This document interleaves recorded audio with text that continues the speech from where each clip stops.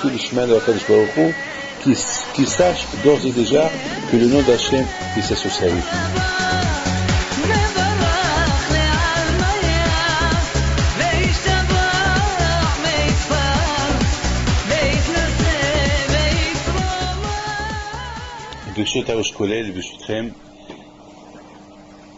Dans la paracha des semaines qu'on va lire, ces trois parachiots de Balak, Pinhas et Matot, on parle beaucoup des Midianim.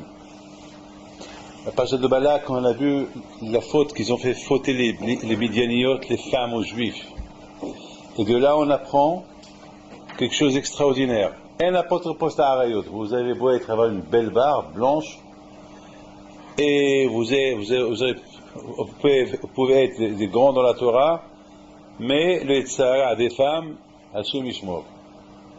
Il faut faire attention. Il faut faire beaucoup attention avec les yeux. Surtout maintenant. Je vais raconter, avant que je commence à parler, je raconte une fois, je suis parti voir Raphaël, mon fils, à Strasbourg. C'était Léon Haddad, je ne sais pas si vous le connaissez ou pas. C'est lui qui m'a accompagné qui m'a emmené à Strasbourg. Et voilà, au retour de Strasbourg à Paris, j'ai fait comme ça. Alors la voiture, on sortait de Strasbourg, bam, bam, bam, bam. C'est la seule de Strasbourg, il y a beaucoup de panneaux. Et je tombe comme ça. Je regarde, j'ai fait comme ça, et hop, je tombe sur un panneau, et il y avait une femme. J'ai eu honte. Et je vous donne la parole d'honneur, je n'ai pas cherché à voir. Alors j'ai dit à Léon, il ne faut pas me juger mal, ne crois pas que je ne cherche pas. J'ai eu peur j'ai eu peur qu'il croie que je vois ça. J'ai eu peur, je dis, Shalom, ne crois pas. Alors, vous savez, moi, j'ai pas honte de vous dire ce que je pense. Moi, vous savez, c'est mieux d'avoir honte dans ce monde-là que d'avoir honte dans l'autre monde. Il y a beaucoup de gens qui cachent. Il n'y a pas de cache-cache. Vous savez, le plus grand bisayon, c'est dans l'autre monde. Quand on te demande tout le monde ce que tu as fait. Voilà le bisayon. Alors, dans ce monde-là, quel bisayon. Par rapport à l'autre monde, c'est rien du tout ici. C'est rien du tout, il ne faut pas avoir honte. Pirlal, il dit, David Ameler, Vahatati Nigdi Tamid. Il ne faut jamais avoir honte. Il ne faut pas. Il n'avait pas honte, David Ameler, de dire, voilà, je me rappelle de la faute que j'ai faite. Puis je lui dis, ne crois pas, je ne l'ai pas fait exprès. Alors je lui dis, Sam, c'est un réflexe, j'ai suivi et malheureusement il y a eu ça. Il m'a dit, non, Shalom, j'ai rien pensé. Je lui dis, tu as pensé, tu n'as pas pensé, mais il faut que je te le dise. Pour ne pas dire que demain, si demain je suis fâché avec toi, tu vas dire, voilà, Rabbi David, il regarde les panneaux. Ah, mais ma question qui se pose, qu'est-ce qui s'est passé avec ma tête? Pourquoi jamais je me suis tourné? Pourquoi avec là j'ai tourné? Et de là, on voit, le Yetzirah, il est caché de partout. Le Yetzirah, il est caché. Lui, il te voit, toi, tu ne le vois pas. Le Yetzirah, il est caché derrière ce panneau, derrière cette photo, alors que cette photo-là, on ne la voit pas. Lorsqu'on conduit, on ne la voit pas, et c'est vrai qu'on le saute, on la voit. C'est de la folie. C'est ça, le Yetzirah de la femme, il n'y a pas pire. Surtout maintenant en été. Il faut faire beaucoup attention. Dans la paracha de Balak, on voit que Marshemo Bil'am, il a donné une idée à Balak, il lui a dit Elohehem shel Elo sonizima. Tu sais, si tu veux réussir, si tu veux que Hachem il est puni, allez, on va leur des femmes. Et des femmes qui vont être mal habillées, et ils vont faire avec eux du business, et c'est là qu'ils vont être hachouchés, ils vont venir à fauter avec eux. Voilà. Et c'est ce qui s'est passé. Mais le fait que cette phrase, elle est sortie de Bil'am, Elohehem shel Elo sonizimao, cette idée qu'il a fait sortir Bil'am de sa bouche, eh bien, elle est restée jusqu'à maintenant. Les Sha'im, de la même façon que les Tzadikim, ce qui sort de leur bouche, il a un kiyum, il a une existence, ça aide. Les Sha'im, avec leur Tum'a, comme Bil'am, avec sa Tum'a, cette phrase qu'il a fait sortir, alors qu'à l'époque, c'était personne ne le savait, et lui il vient, il annonce. Elohim chez Elo Sonizimao. On ne savait pas, c'est pas écrit dans la Torah, mais le contraire de la Torah, on parle de Kiddushim Tiyu, il faut être saint, il faut faire, il faut faire attention avec Gilo Arayot, mais l'idée que Hachem Sonizima, on ne savait pas, il a fallu que Binam il vienne et l'annonce. Vous connaissez les conséquences de ce qui s'est passé. Il s'est passé Hachem Ishmok des xéros terribles sur Am Israël. 24 000 morts, ils sont morts. Et en plus, Hakadosh Baruch Hu dit à Moshe Rabbeinu, mais Moshe, puisque Paro, puisque Peor, Bil'am de Peor, il a donné cette idée, parce que toujours on s'est posé la question, pourquoi Moshe Rabbeinu il est enterré en face Moul Bet Peor? Pourquoi en face Peor? Qu'est-ce qu'il y a? Pourquoi? Qu'est-ce qu'il y a de Peor? Pourquoi? Et bon, Hachem, j'ai dit que Peor, c'est du verbe Paro. Le mot Peor, c'est aussi les lettres de Paro. À peu près, les lettres de Paro. Et ça veut dire que, et on sait que Bil'am ben Paro, c'était un conseiller à Paro. C'est-à-dire que Paro maintenant, il n'existe plus, il n'est plus là Paro, mais il a laissé derrière lui ses élèves. Oh, il a Racha, oh, il a Shcheno, c'est ses élèves, Bil'am ben Paro. Il a laissé un héritier comme Paro, avec les idées de Toum'a, les idées de Mamash. On sait très bien que l'Égypte, c'était Asara Kabin Siznout, il y a deux Laolam, Asara Kabishitum, et l'Égypte, elle a pris, c'est Arivata Aret, l'Égypte, elle a pris toute la gueule, et Bil'am ben Paro, il a hérité ce courant-là de Klipa, de là-bas, malheureusement, il a arrêté là-bas, et voilà, maintenant, il a lancé la machine. J'ai vu dans les livres je crois que c'est le Zohar qui dit ça, j'ai lu, je ne sais pas où j'ai lu ça, que Péor, il sera anéanti, rien que ce Mashiach il vient. Tant que Mashiach n'est pas là, la clipa de Péor, elle reste. Et c'est la raison pourquoi Moshe Rabbeinu, il a été enterré en face Péor, pour équilibrer. En face Péor. C'est-à-dire, Péor, c'est la clipa, c'est la Toum'a, c'est Avodah Zara, c'est Gilo Arayot, et il y a Moshe Rabbeinu en face. Torah Tziva Lano Moshe. Il n'y a que ça. Ici, la Torah Magina Matsu, celui qui veut être protégé de cela, il faut qu'il utilise la Torah. Alors, je voudrais vous dire quelque chose. Ça, c'est la paracha de Balak. Et Pinhas, la paracha de Pinhas, on voit la récompense que Akash Baruch Hu a donnée à Pinhas. Pinhas, il a eu une belle récompense. Quelle récompense il a eu? Il est devenu Kohen. Il est devenu Eliyahu Navi. Beriti Shalom. Voilà la récompense qu'il a eue. Une récompense spirituelle, ce n'est pas une récompense matérielle. Une récompense qui sera à la Malika. Parce que dans ce monde-là, tu fais une mitzvah, il n'y a pas de récompense. Mais, sera mitzvah, mitzvah. Tu fais une mitzvah, c'est quoi la récompense? Hachem te donne. De la façon comment tu as fait. Il y a beaucoup de gens qui font une mitzvah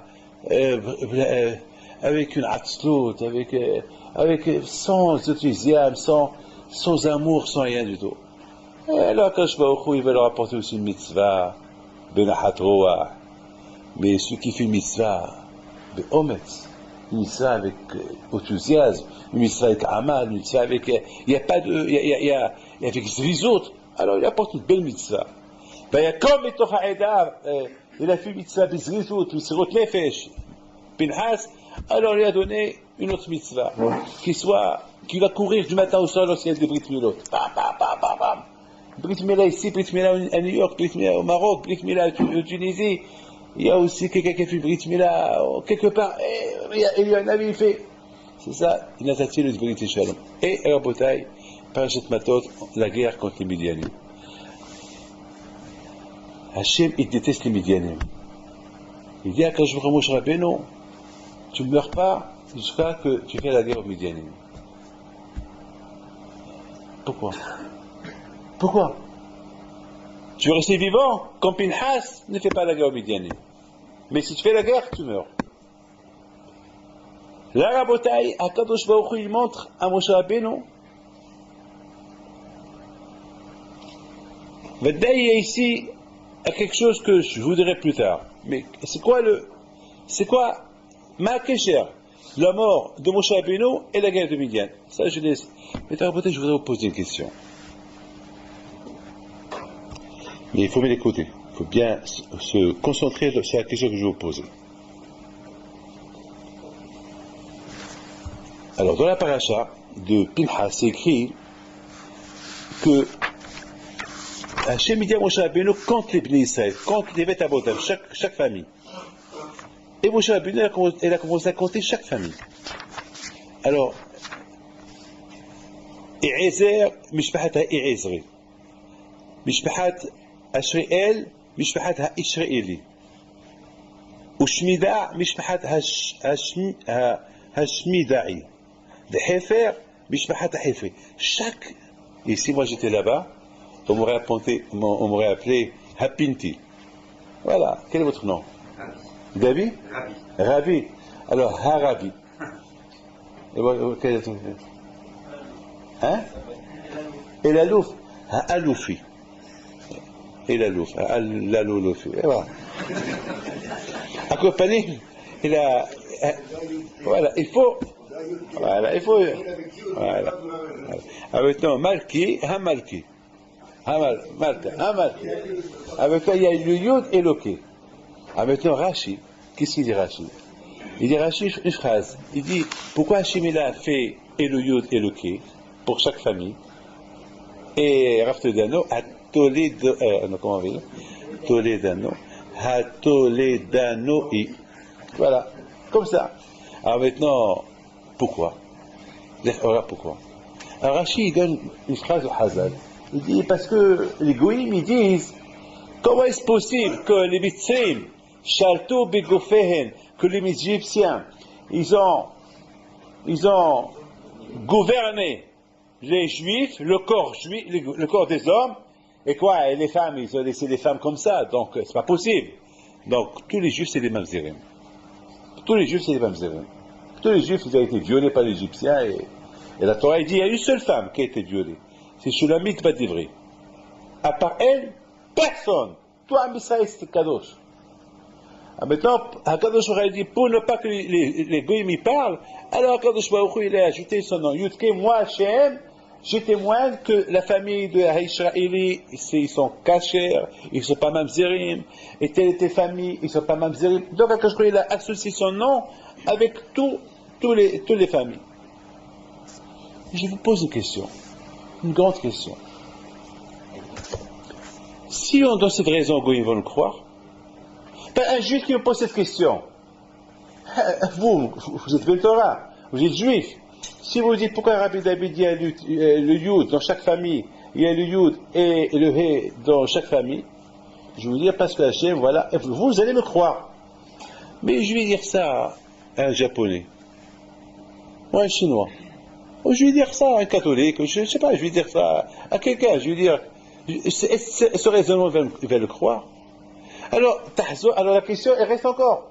Bishlama, il faut qu'au Goïm, il faut qu'on leur donne une preuve qu'on n'est pas des bâtards. Et c'est pas parce qu'il y a le nom d'Hachem, Yud, il y a le He au départ du nom, et le Yud à la fin du nom, c'est ça qui va faire que le Goïm va me croire. Et je pense à la bataille, la même question, je la pose sur Rashi. Rashi dans Bereshit, Rashi pose une question. Amar Rabbi Yitzhak, il dit Rabbi Yitzhak, pourquoi la Torah elle commence par Bereshit ba Elokim? Que la Torah elle commence par la première, le quart de la Torah c'est les mitzvot. Alors que la Torah elle commence par la mitzvah, la première mitzvah qu'il nous a donnée Hachem c'est quoi? Kiddush HaChodesh, qu'on doit compter, on doit bénir le Rosh HaChodesh. Am Israël, ils sont ma'aminim, on a les mona, dès qu'on voit la lune, on fait la bracha. Mais quand toutes les fêtes à nous, ils sont basés avec la lune, avec le sexe lunaire. Donc, la bataille. Pourquoi Kadosh Baruch Hu commence par l'histoire? Et Bitzhak, il répond une réponse. Il dit parce que c'est important pour Hachem, parce que demain, ils vont venir les gens, des goyim, ils vont dire, vous êtes des voleurs, ils vont venir chez nous les juifs, vous avez volé Israël, la terre d'Israël, la terre de Canaan ou Canaanim. Les Canaanim, ils habitaient au Canaan, et vous êtes venus, vous êtes des sauvages, vous êtes venus de l'Égypte, et vous avez tué les Canaanim, vous avez chassé les 7 nations, et vous avez pris. Alors, donc, qu'est-ce qu'on va leur dire? On va leur dire, non, vous vous trompez. Attends, nous, on n'est pas des voleurs. Nous, Hachem, c'est lui le créateur du monde. Et c'est Hachem qui a créé le monde. Et Akadosh Baruch Hu, il a donné aux Knaanim, après il a enlevé des Knaanim, il a donné aux Juifs. C'est tout. C'est la raison pourquoi la Torah commence Bereshit Vaelokim, que Hachem c'est le créateur, et l'histoire d'Abraham, Isaac et Jacob, et Hachem il a donné la terre à Abraham, et après la terre revient à ses enfants. Voilà. Cet argument-là, on va le dire aux Palestiniens, ils vont l'accepter. Dites-moi, ils vont l'accepter. Maintenant qu'ils sont en train de crier, ils veulent Israël. On va dire, mais vous voulez Israël? Israël? Mais c'est pas possible, vous savez, la terre d'Israël, on l'a pas volée. Oui, vous êtes des voleurs, vous l'avez volé au... Attends, on l'a volé à personne. Quand je retrouve, il a créé le monde, et Hachem nous l'a donné. Et cet argument, ils vont l'accepter? Et c'est pas possible, ils ne vont pas l'accepter. C'est un argument qu'ils ne vont pas l'accepter.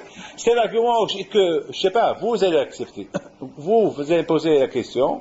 Et moi, je vous donne la réponse de Rabbi Yitzhak. Ah, Hazak ou Barou. Mais un homme qui n'a pas étudié la Torah, il ne va rien comprendre. Il ne va rien comprendre. Vous savez, Rabotai, je vous dis quelque chose. Il y a beaucoup des choses que nous ne comprenons pas. Il y a beaucoup des choses que nous ne comprenons pas. Mais je voudrais vous dire quelque chose.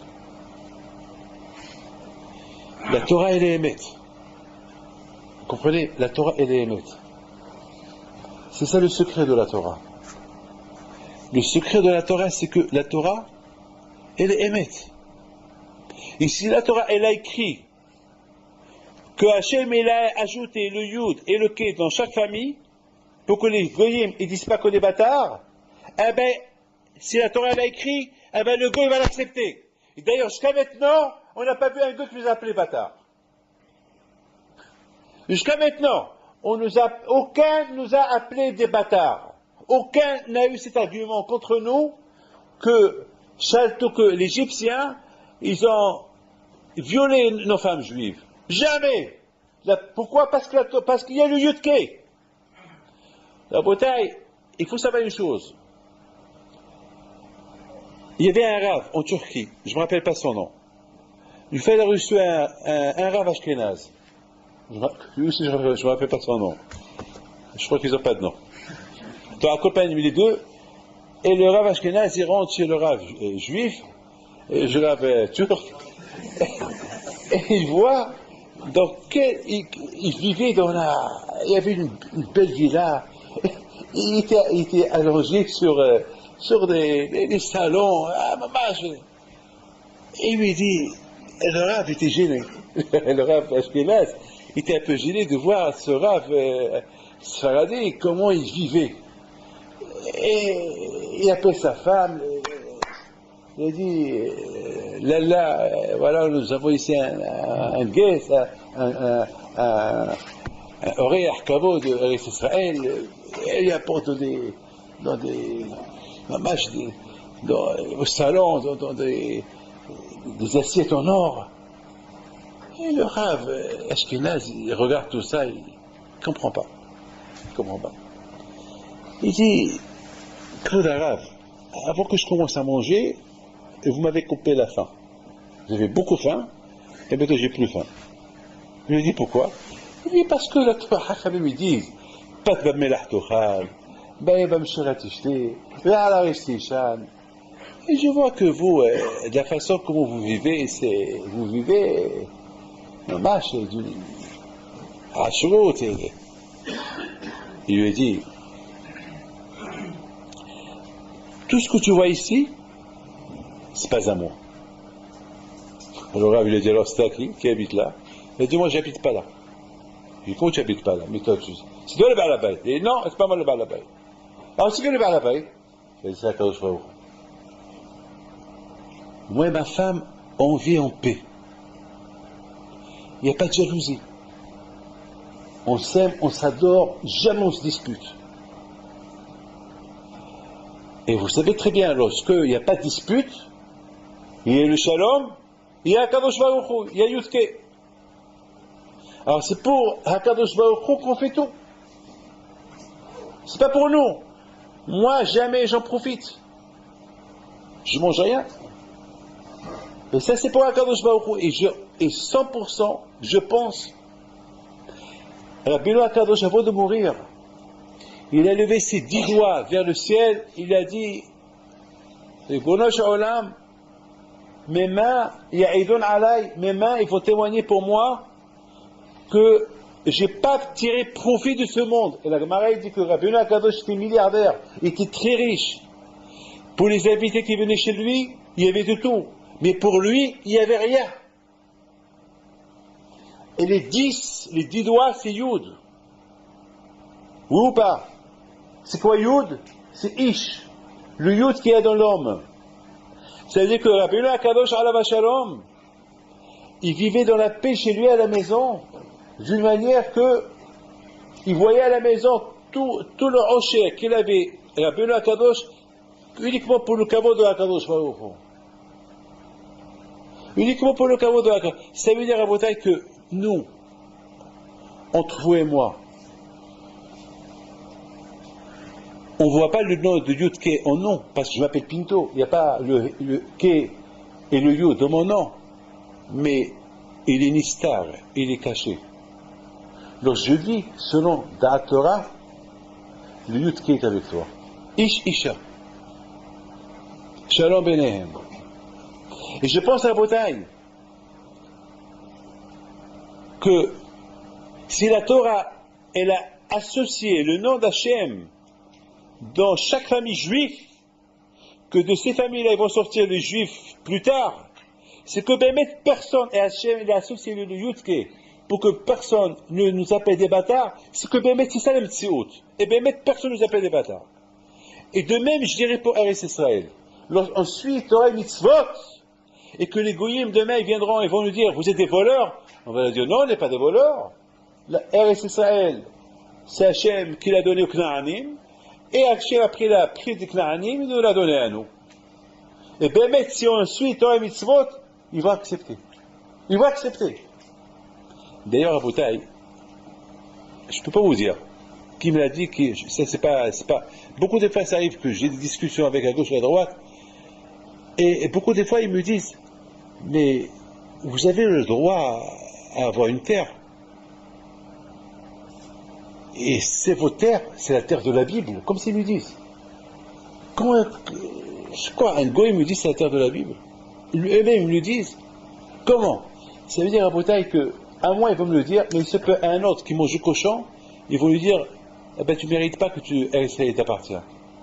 Ça veut dire à Boutaï, tout dépend de nous. Tout dépend de nous. Si nous, on veut garder bien notre yichus, yudke, en nous, lorsqu'on cite Torah mitzvot. Et que Bémet, c'est la mitzvot. C'est ça ce qui fait que la Torah, elle est émet.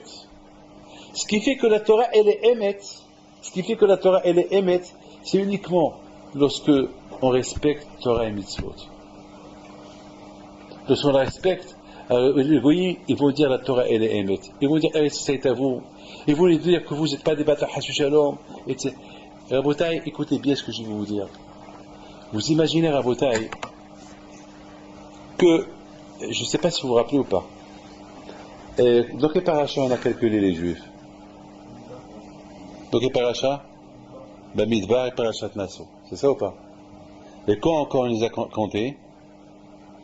Dans la paracha après le Hegel. C'est ça? Ou bien lorsqu'ils sont sortis d'Égypte. D'accord? Lorsqu'ils sont sortis d'Égypte, la Torah a dit, ils étaient Shishmeo et les Frag et les Bad. Oui ou pas? Je peux vous poser une question. Pourquoi la Torah, elle n'a pas dit? Elle n'a pas calculé les familles lorsqu'on est sorti de l'Égypte. C'est là-bas que la Torah devait dire. C'est là-bas que la Torah devait dire que chaque famille avec le Ké et le Yud. Pourquoi 40 ans plus tard? Pourquoi 40 ans plus tard? 40 ans plus tard, c'est l'après. 40 ans plus tard, Hachem, il témoigne que les Égyptiens, ils n'ont pas violé les femmes juives, donc les Juifs, ils ne sont pas des bâtards. Le contraire, lorsque les Juifs, ils ont quitté l'Égypte, c'est là que la Torah devait l'écrire. Ou pas? C'est là que la Torah, ou pas, vous avez compris? C'est là que la Torah devait l'écrire. Il devait écrire la Torah que voilà le conte des Betavodam, que pourquoi la Torah elle ajoute le Ké et le Yud sur chaque famille, pour te dire pour te dire, par exemple, comme ici, regardez, si vous lisez la paracha de Pinhas, vous allez voir que la Torah est Shevet Reuven, les familles de Shevet Reuven, les familles de Shevet Shimon, les familles de Shevet Gad, etc. Le contraire, moi je dis que la Torah elle aurait dû dire dans la paracha de Bamidbar, là-bas. Pourquoi 40 ans plus tard? C'est là, pourquoi maintenant? Ben, Rabotai, je pense, Rabotai, c'est là le kouach de la Torah.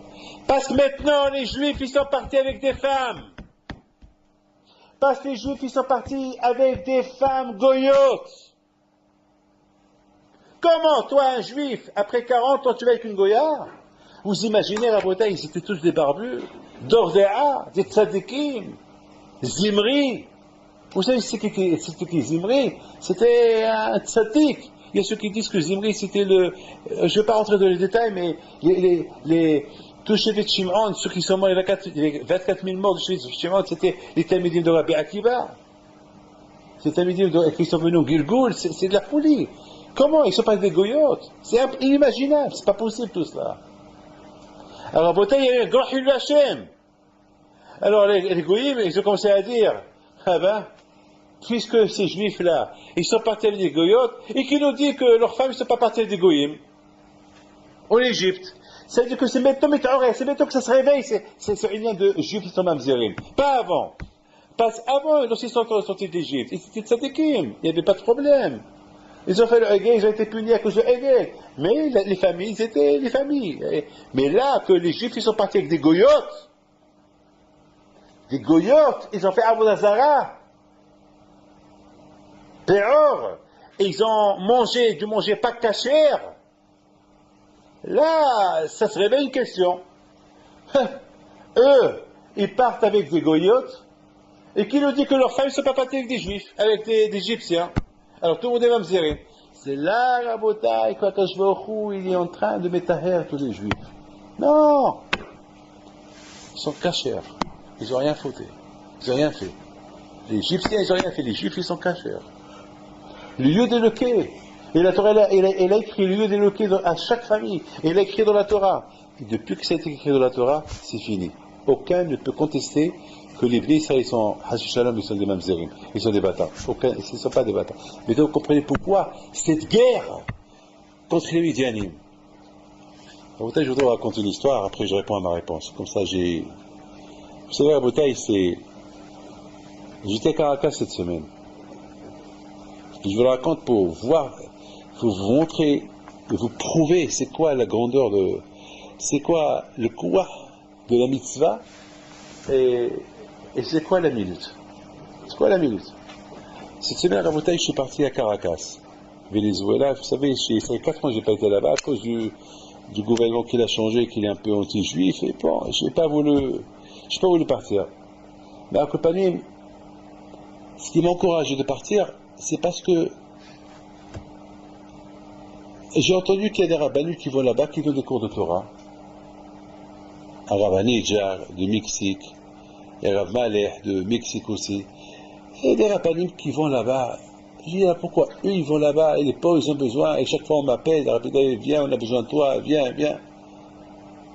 Après je me suis dit, est-ce parce qu'il n'y a plus d'argent là-bas, je ne vais pas y aller? Et là, s'il y avait de l'argent, j'allais. Si j'ai besoin, je vais y aller. Donc, j'ai pris sur moi de partir, et surtout mon Barlabaït, le pauvre, il est mort. Donc, cette semaine, ils ont fait Gilul Matseva. Cette semaine, Donc, j'ai dit cette semaine, je me suis arrangé il y a 3 semaines que je vais pour 24 heures. Donner un shiur, lundi soir, recevoir les gens, le lendemain, aller au cimetière, pèleriner mon Barlabaït, à la Shalom, Yaakov, Harari, et je retourne en France. C'est-à-dire 48 heures, non-stop. Alors, je suis parti, lundi, avec Marciano. J'arrive, et le soir, je suis parti faire mon shiur, dans la grande synagogue, et j'ai vu à Bretagne quelque chose d'extraordinaire, que lorsque les Juifs, ils ont des problèmes, c'est là qu'ils sont prêts à venir écouter la Torah. Et je me rappelle en Argentine aussi, il y a une dizaine d'années, ou 12 ans, on m'a dit, moi, je suis parti là-bas lorsque les affaires ils allaient bien. On m'a dit, il faut faire attention, il ne faut pas parler de ça, il ne faut pas parler de ça. Et c'est le rabbin qui me disait quoi dire, quoi ne pas dire. Ici, on n'est pas qu'on parle de la mort, on n'est pas qu'on parle de la punition, il faut parler des... Je dis, moi, je sais pas quoi, moi, je suis pas fait comme ça. Moi, j'ai le Hukmat Haïm, moi, on peut pas me dire quoi ne pas dire. Il faut que je parle. Et bien, mec, j'ai remarqué que j'écoutais personne. Je disais ce que je voulais. Et on m'a averti, une fois, deux fois. Je lui ai dit, ben, tant pis pour vous.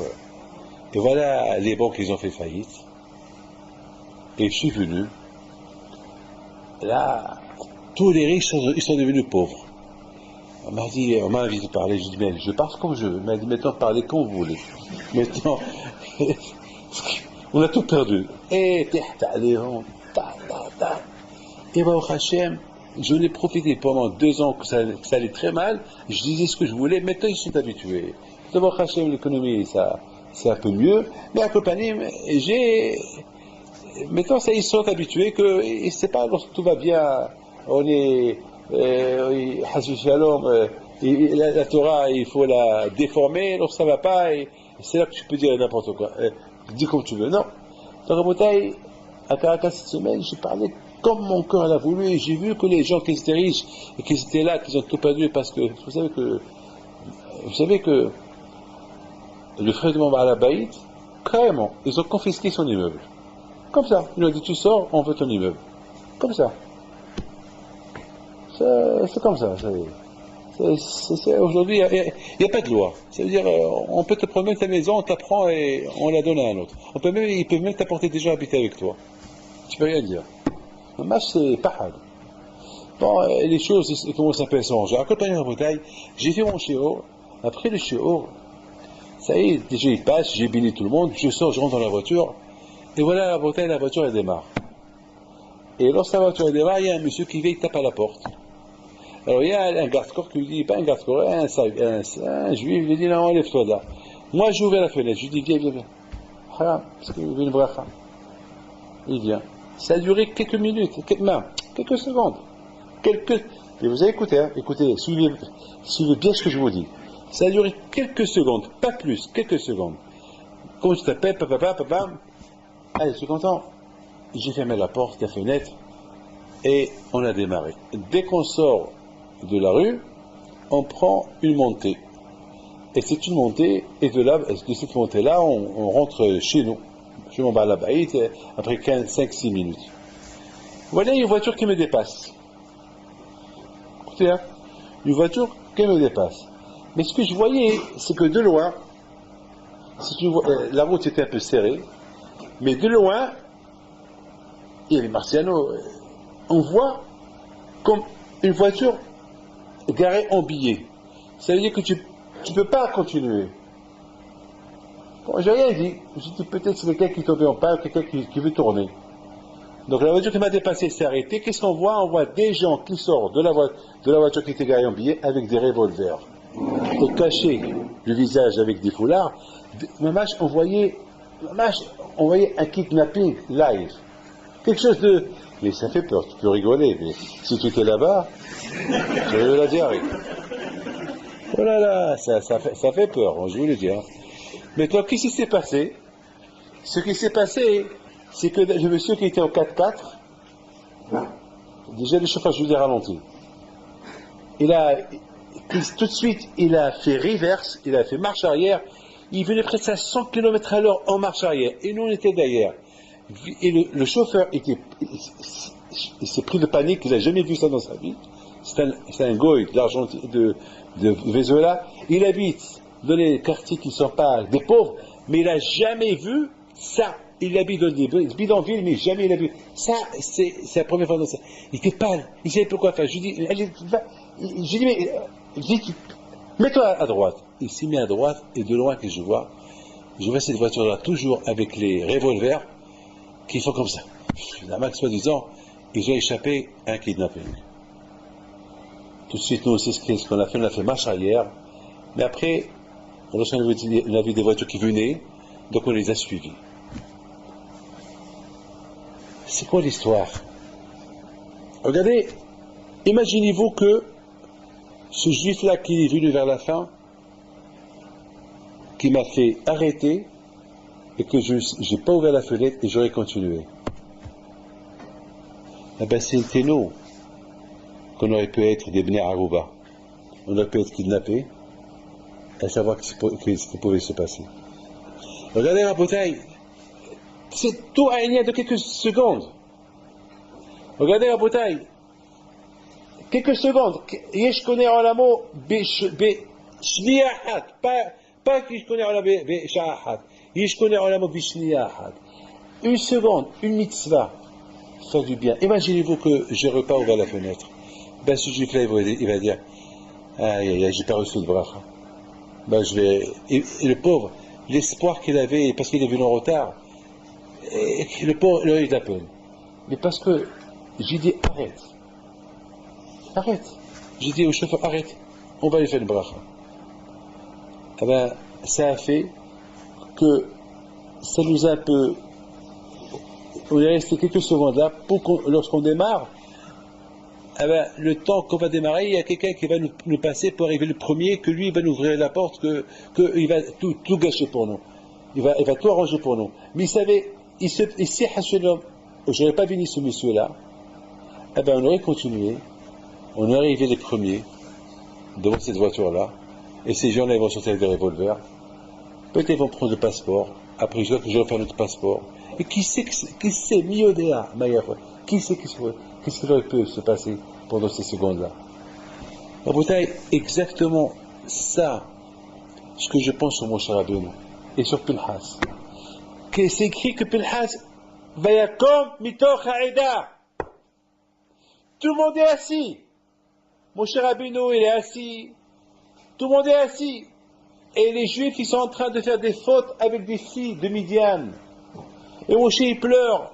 Et la Magéfa, elle commence. L'épidémie, déjà il y a eu presque quelques milliers de morts, 24 000 morts. Et entre-temps, tout le monde pense, qu'est-ce qu'on va faire? Et voilà Zimri qui arrive, avec l'audace de dire à Moshe Rabbeinu, insulter Moshe Rabbeinu, quel chutzpah, de dire à Moshe Rabbeinu, et cette fille, elle est permise ou elle est interdite? Et Moshe Rabbeinu lui dit, elle est interdite, c'est une Midianite, c'est une Goya. Il lui dit, c'est une Goya, et la tienne, et Tzipora la tienne, et les Juifs et les Goya, et la tienne. Comment? Quel chutzpah, quelle audace, quelle honte, sans rien du tout. Comment on peut imaginer une chose pareille? Vraiment, c'est ce qu'on dit. C'est ça le Nassi, c'est ça le Tzaddik, c'est ça le Rosh HaSanhedrin, c'est celui-là, c'est Zimri. D'ailleurs, Zimri, c'est du verbe Zima. Même le nom, Zimri, c'est du verbe Zima. C'est de la folie, comme ça. Regardez la bouteille là. Lorsqu'il y a une hashpa'a, une hashpa'a de Tum'a, ça peut, Hashu Shalom, ça peut même chez les tzadikim, ça peut, l'hashpa'a l'influence, d'impureté, ça peut même apporter chez des tzadikim de mauvaises pensées. Même chez les tzadikim. Et pendant ce moment-là, il y a eu une épidémie, mais quelque chose s'est passé. Une fraction de seconde, Vayakom betoch ha'eda. Tout de suite, il s'est levé, il y a un qui s'est levé. Hashem Ishmo, s'il ne serait pas levé Pinhas, alors ça aurait pu être la fin pour tout Am Israël. Ça veut dire la bouteille beaucoup de fois. Une seconde, elle peut faire sauver la vie de quelqu'un, ou une seconde, elle peut faire tuer quelqu'un. Quelqu'un à la bouteille qui ne fait pas attention comment il conduit sa moto. Ou quelqu'un qui veut doubler une voiture. Il ne calcule pas comment doubler. Il ne calcule pas comment doubler. Eh bien, il peut mourir. Il peut mourir. Et je connais Olamo Bisha'ahad, Zish Mafsid Olamo. Il y a ceux qui peuvent tout gagner en 1 heure, il y a ceux qui peuvent tout perdre en 1 heure. Et ça, maintenant, on comprend très bien Moshe Rabbeinu al Shalom. Akadosh Baruch Hu, il met Moshe Rabbeinu dans une situation terrible. Tu fais la guerre, tu meurs. Avec les Midianim. Tu fais pas la guerre, eh ben tu restes vivant. C'est grave, hein, c'est dur ça. Il a mis Moshe Rabbeinu dans une situation terrible. Terrible. Pourquoi Akadosh Baruch Hu a fait ça? Pourquoi Akadosh Baruch Hu a fait ça? Quelle raison? C'est quoi le but de Akadosh Baruch Hu? Akadosh Baruch Hu, tu sais, il sait bien Akadosh Baruch Hu que Moshe Rabbeinu, qu'est-ce qu'il va faire? Il va pas faire la guerre, il va dire qu'il va faire la guerre. Pourquoi Akadosh Baruch Hu il fait Moshe Rabbeinu dans cette situation? C'est une situation terrible. C'est une situation terrible.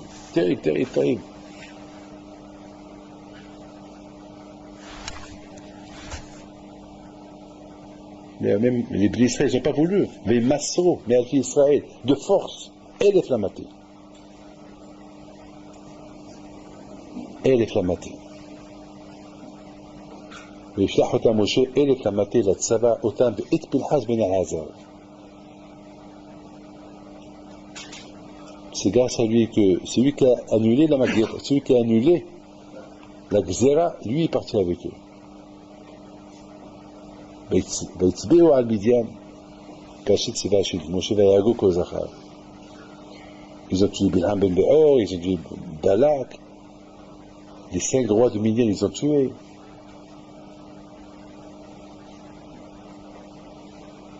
D'abord, change des comme Kmat Ben Israël, venge la mort de Ben Israël. Et Moshe leur dit non, ne comme Kmat Hashem. La tête de Kmat Hashem ben Midian. C'est Rabotai. Moi je pense.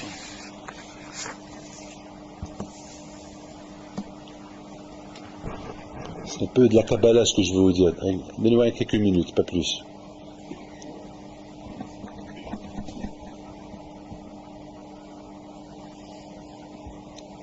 Moshe Rabbeinu, il a marié Tzipora. Il y a ceux qui disent que Tzipora, il y a ceux qui disent que c'est dans un des livres des livres de Haramban, qui est un grand Mekoubal, qui l'explique que Moshe Rabbeinu c'était le Gilgul de Hevel. Et Yitro c'était le Gilgul de Caïn. On sait que Caïn il a tué Hevel parce que Hevel il avait 2 femmes. Et Caïn il avait une seule femme. C'est une histoire de femme. Toujours à cause d'une femme.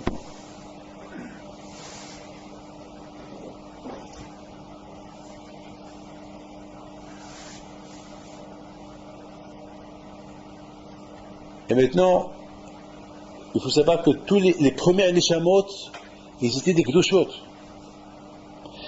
J'ai vu dans Arizah, de nos qui disent que les Neshamot de Dor HaMaboul, c'était des grandes Neshamot Elionot Vekdoshot. Vous savez ça? Dor HaMaboul, c'était le premier Neshamot. Et même, ils sont morts dans le Maboul, et ils sont retournés à Dor HaPalaga. C'était des grands Neshamot. Ils n'ont pas été réparés encore. Donc c'est à Kotanim, je ne vais pas rentrer dans les détails. Maintenant, Moshe Rabbeinu alav Shalom, il était en Égypte, il est né en Égypte. Et étant donné que c'était lui le Gilgul de Hevel, donc Minashaman, ils ont fait qu'il est parti à Midian. Et là-bas, il a connu Tzipora. Et Tzipora, c'était le Gilgul de la femme que Caïn il lui a pris. Cette femme qu'à cause d'elle, il a été tué. Et là, il lui a donné. Donc, le tikkun était fait de cette manière-là. Et maintenant, Moshe Rabbeinu, il a récupéré sa femme. Et maintenant, puisqu'il a récupéré sa femme, c'est à cause d'elle, il est mort. Donc, c'était Tzipora. Donc, automatiquement, Yitro, non seulement qu'il a rendu la femme qu'il lui a volée, mais il a fait Teshuvah. Et il est venu en Égypte, et il est venu en Eretz Israël, et il est venu au Midbar, et il a reçu la Torah.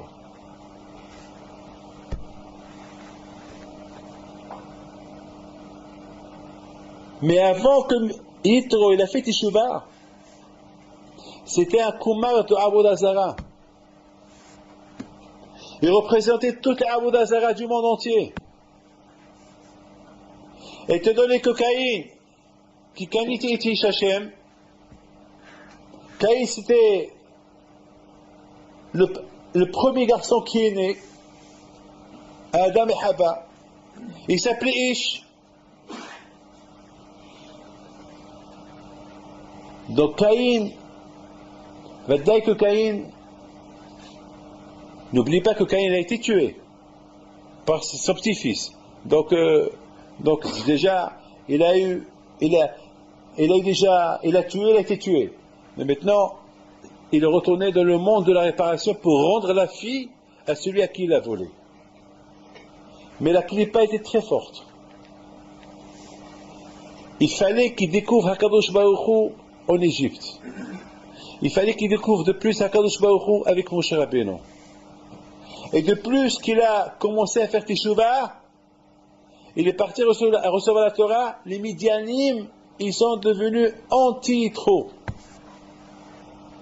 Mais vous comprenez pourquoi les Midianim, ils ont voulu faire du mal à Am Israël.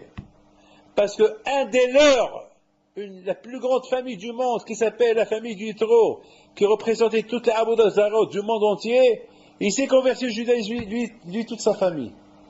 Donc la sina, la haine des Midianim contre Am Israël était grand à tel point qu'ils ont donné leurs femmes et leurs filles pour que les Juifs y foutent avec. Voilà Nikmat Hashem.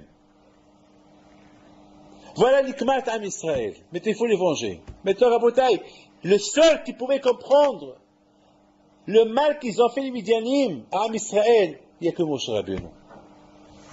Et c'est la raison que à Kadosh Radeh Moshe Rabbeinu, tu veux vivre, ne fais pas la guerre. Tu fais la guerre, tu meurs. Mais maintenant, ça veut dire que maintenant, à toi le choix.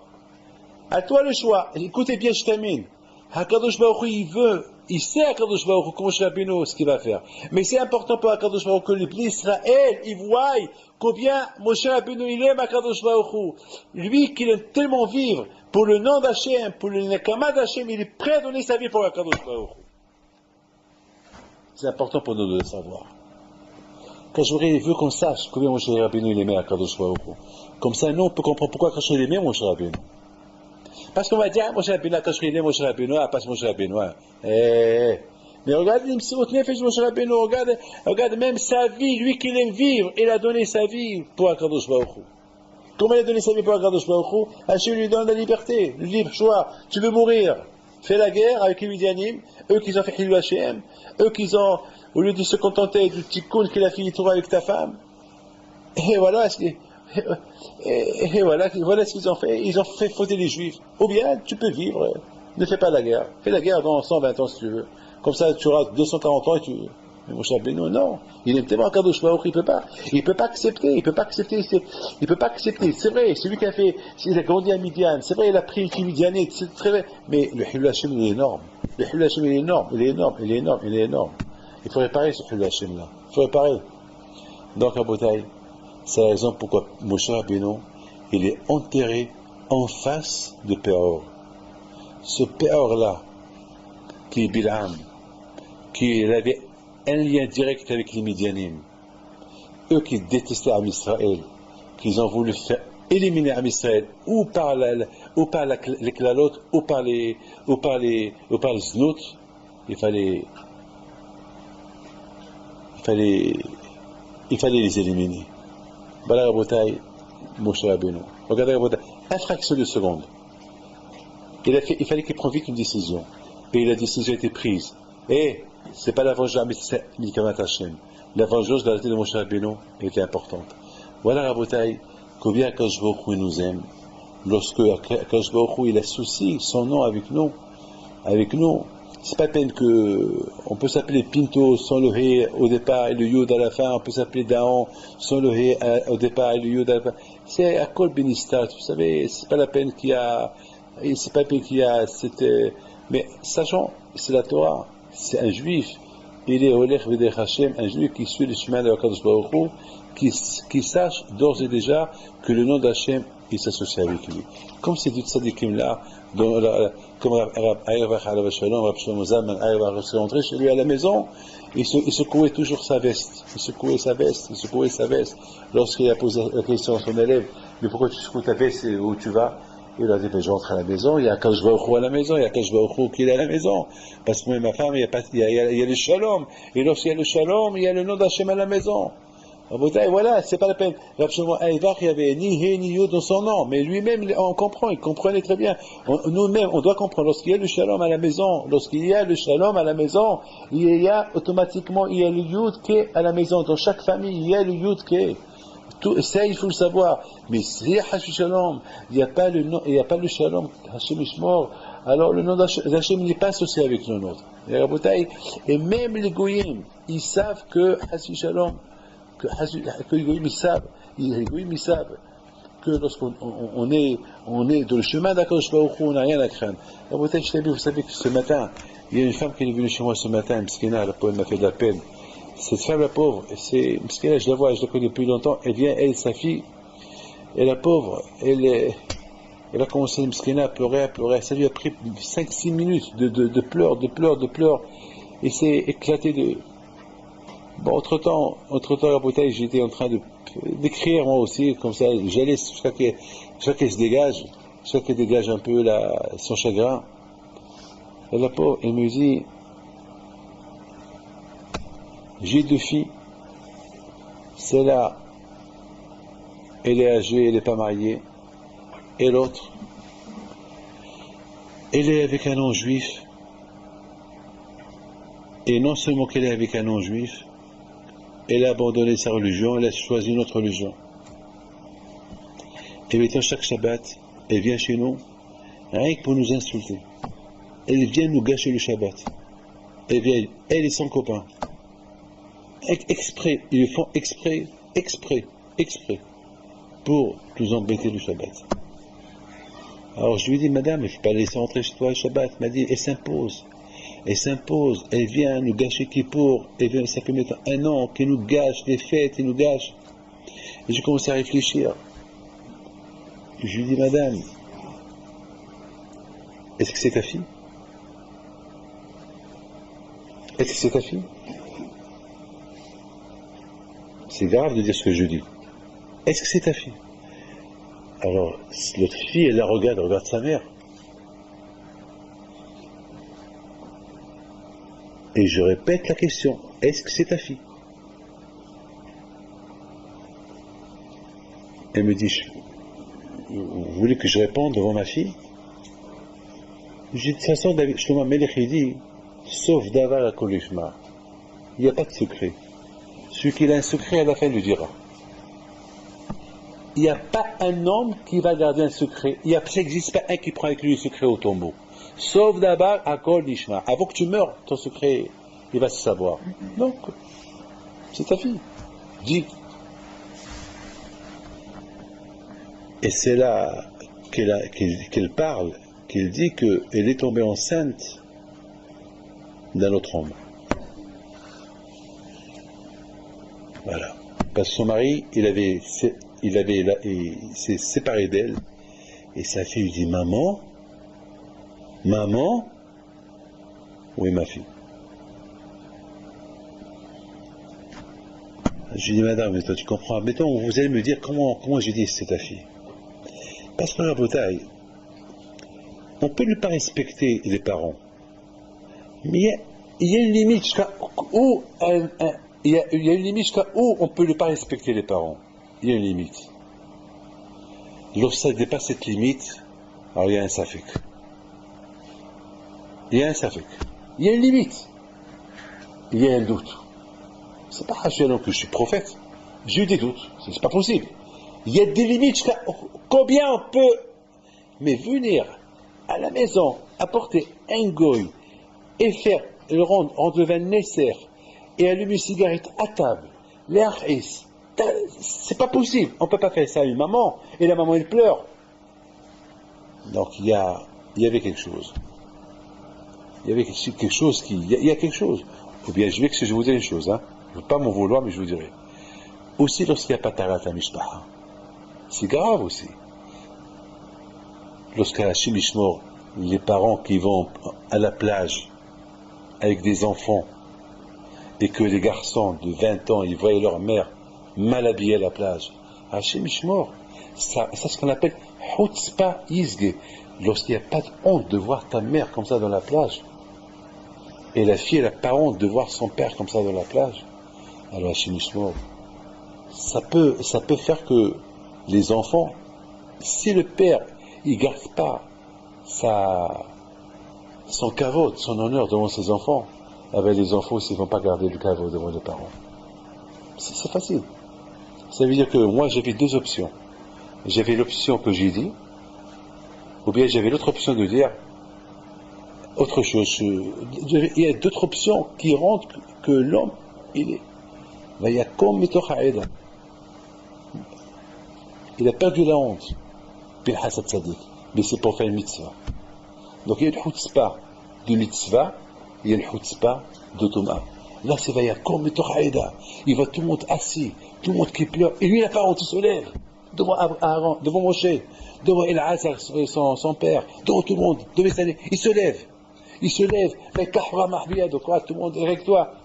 Chutzpah de Kedusha, Azou de Kedusha.